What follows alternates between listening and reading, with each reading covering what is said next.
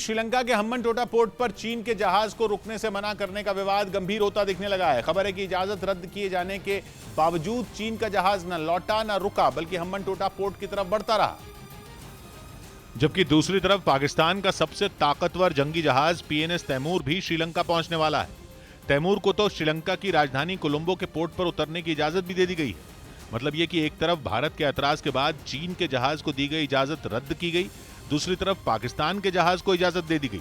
लेकिन विवाद इसलिए बड़ा है क्योंकि पाकिस्तान और चीन के जहाजों का एक साथ श्रीलंका पहुंचना किसी बड़ी साजिश का हिस्सा हो सकता है। भारत का तो दोनों में कोई भी दोस्त नहीं है। ऊपर से जिस पीएनएस तैमूर के कोलंबो पहुंचने की खबर है वो चीन ने ही बनाया है। मतलब ये कि नाम चाहे पाकिस्तान का हो या चीन का हो, साजिश चीन की है।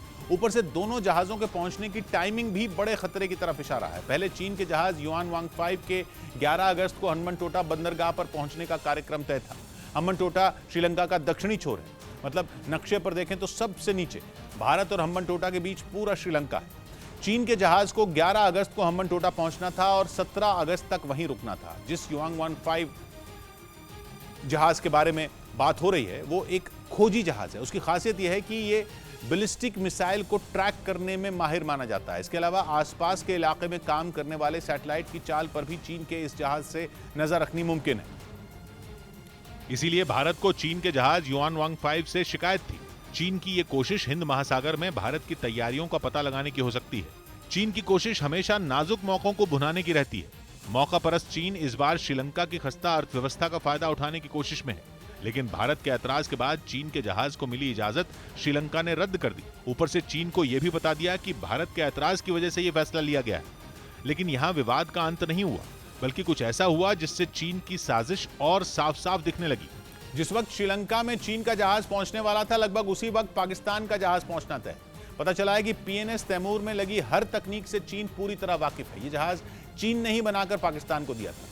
शक है कि इस जहाज में ऐसी तकनीक हो सकती है जो भारत की मिसाइलों की ट्रैकिंग कर पाए, बहुत कुछ वैसी ही निगरानी और जासूसी कर पाए जैसी चीन के जहाज युआन वांग 5 से की जा सकती है। पीएनएस तैमूर 12 अगस्त को श्रीलंका के कोलंबो पहुंचेगा। कोलंबो के पोर्ट पर उसके 3 दिन तक रुकने का कार्यक्रम है। लेकिन तैमूर और युआन वांग 5 दोनों के एक ही वक्त पर श्रीलंका के बंदरगाह पर पहुंचने के पीछे कोई बड़ी साजिश हो सकती है। इसलिए भारत की नजर इस पूरे विवाद पर बनी हुई है। ऊपर से दावा तो यह किया जा रहा है कि चीन का जहाज युआन वांग 5 अभी भी रुका नहीं है और वो श्रीलंका की तरफ बढ़ रहा है।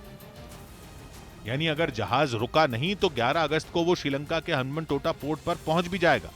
श्रीलंका से मिली इजाजत रद्द होने के बावजूद आगे बढ़ना शक पैदा करने वाला है। माना जा रहा है कि चीन की ये साजिश श्रीलंका और भारत को उकसाने वाली भी हो सकती है। हिंद महासागर में पैर पसारने की साजिश चीन ने इससे पहले भी कई बार रची है। हिंद महासागर में तो चीन अपनी नौसेना के अड्डे तक बनाता रहा है। उसकी नजर हिंद महासागर के रास्ते होने वाले व्यापार पर लंबे वक्त से है। लेकिन इस बार चीन की आक्रामक चाल हिंद महासागर में नई जंग की वजह बन सकती है।